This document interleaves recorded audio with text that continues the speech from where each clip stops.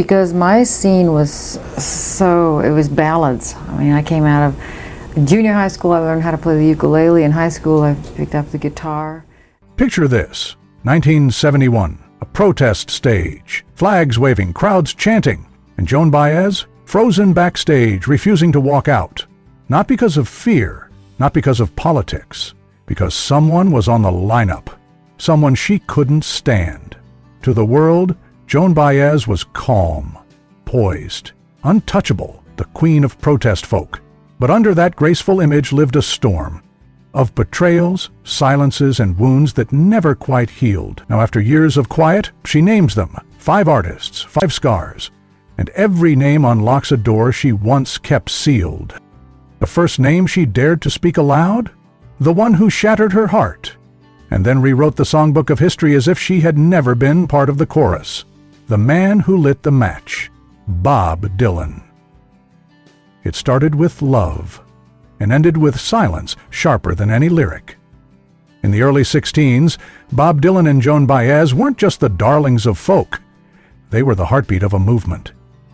Protest partners, musical soulmates.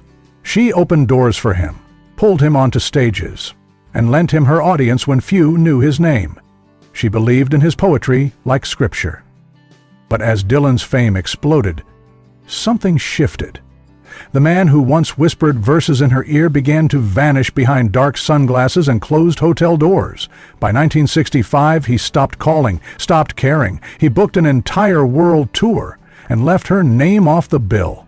No explanation, no warning, just absence. Then came the Newport folk guitar and shocked the folk world. But for Joan, the real shock was what he unplugged, their bond. He dismissed her politics, mocked her causes. Her heart broke in silence as she watched the boy she once knew become a myth before her eyes. Years later, he'd toss off jokes in interviews, as if their history were just a quirky footnote. She never laughed. Because to her, Dylan wasn't just a lost lover, he was a monument to betrayal. He became proof that even revolutionaries could sell out, that even poets could turn cold. And that wound? It didn't just hurt. It echoed, like a verse left unfinished. But Dylan wasn't the only man who twisted friendship into something darker. Another voice from Laurel Canyon would leave a bitter taste in her mouth, one that no harmony could hide. The next name? A man whose harmonies soared, but whose ego hit even harder. His voice was velvet, his politics loud, but behind the peace signs hid a razor-sharp tongue. Well, first of all, let us be righteously cynical about the music industry and the people who make money in it. Basically, their job is making money. So when somebody said to me, well, gee, Joan, do you think you haven't had an album in the last 6 years because of your politics? He didn't shout over her. He cut beneath her. The one she couldn't ignore? David Crosby. He was loud, arrogant, and painfully self-righteous, wrapped in velvet harmonies. Joan first met David Crosby in the hazy circles of Laurel Canyon in the late 16s. At first, his quick wit and fearless opinions intrigued her. He was bold, brash, and unapologetically loud. But that charm, she soon discovered, came with a sharper edge. Beneath the laid-back vibe and signature mustache was a man who took pleasure in needling others, especially women who stood their ground. At a televised anti-war event in 1970, Crosby crossed the line. As Baez waited to perform a protest song dedicated to political prisoners, Crosby veered off script and turned to the cameras. With a crooked smile and a cigarette dangling from his fingers, he called her out as being more performance than principle. The insult rang out across millions of televisions. She kept her composure, finishing her set with quiet fury. But later that night, she wept. Not out of weakness, but out of a white-hot anger. Crosby, glassy-eyed and inflated by fame, had reduced her convictions to theatrics. To Joan, he became the embodiment of a dangerous kind of hypocrisy, a man who wrapped himself in peace signs but wielded his ego like a weapon. While she marched, fasted, and got arrested, Crosby criticized from comfortable stages, soaking in applause. His feud never turned explosive, but it turned everything cold. She turned down interviews, panels, even recording sessions if Crosby's name was attached. Not because she feared confrontation, but because she no longer had patience for hollow activism dressed as rebellion. But not every betrayal came from a microphone or a melody. Some came from the very front lines of revolution, wrapped in slogans, fire, and fury. And the next man? He wasn't just loud, he turned her beliefs into a punchline. The next name Joan couldn't forgive, Jerry Rubin. He wasn't a musician, but in the late 16s, his voice roared louder than electric guitars, shaking the rafters of protests and press rooms alike. Jerry Rubin was a revolutionary, a firebrand, a headline hunter. He marched through campuses and microphones with fists raised and slogans sharpened like knives. Baez admired his drive. At first. He was bold, visionary, maybe even a little dangerous. And she liked that. But revolution, she would learn, comes in many shades, and Rubin's was soaked in ego. In 1969, during a major anti-war rally in Chicago, Joan stood backstage tuning her guitar. Her song prepared to echo through a restless crowd. It was a moment for unity. But Rubin took the mic first and ripped the harmony to pieces. With a smirk and a cigarette, he launched into a tirade. Without naming her, he spat venom at peace-loving performers who sing songs while real rebels spill blood. And then, louder, she was a folk singer hiding behind guitars while real people take to the streets.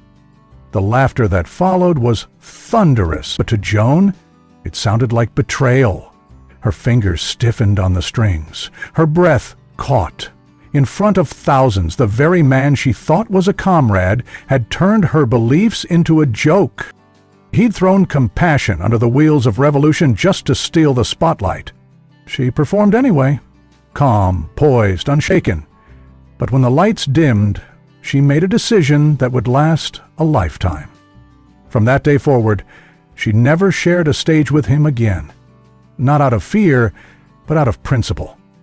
Because to Baez, courage without kindness wasn't revolution.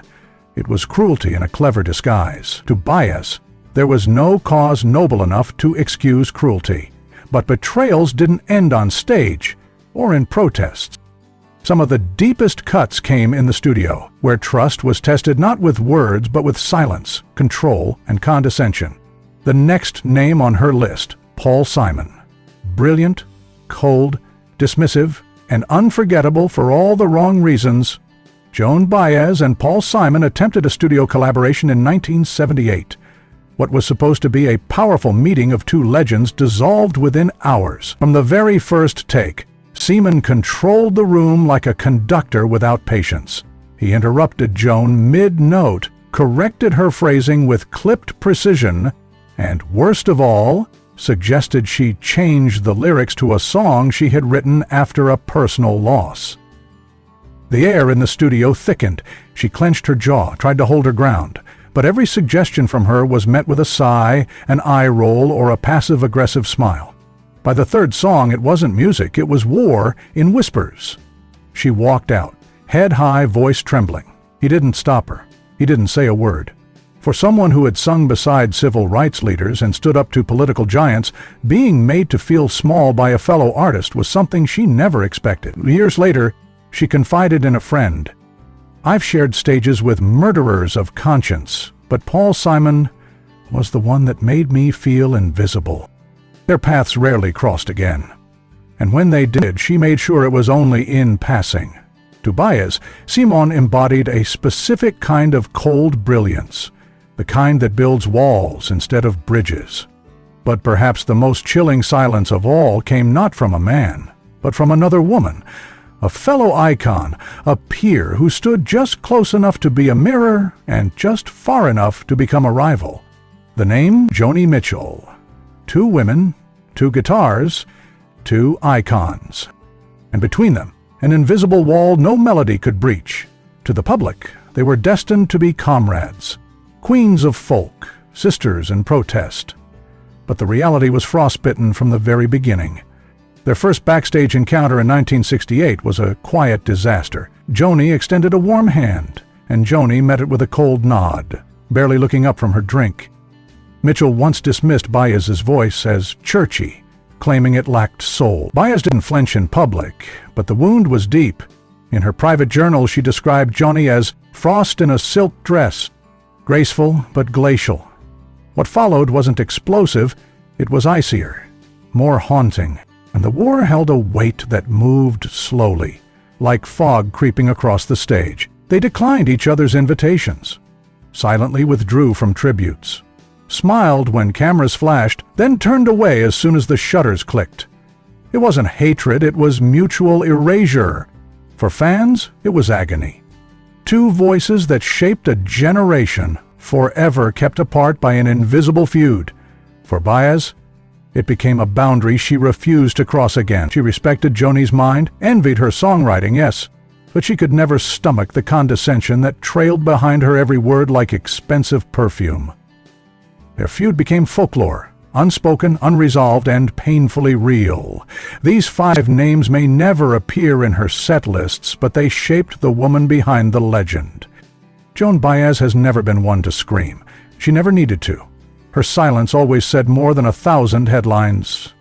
When she finally chose to name the names, the ones that haunted, hurt, or humiliated her, it wasn't revenge. It wasn't spectacle. It was a long-awaited exhale. She didn't burn bridges. She simply stopped pretending they were still standing.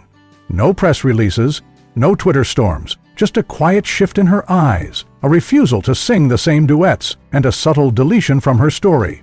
Some artists settle scores with guitars. Joan settled hers with grace. But grace doesn't mean forgetting.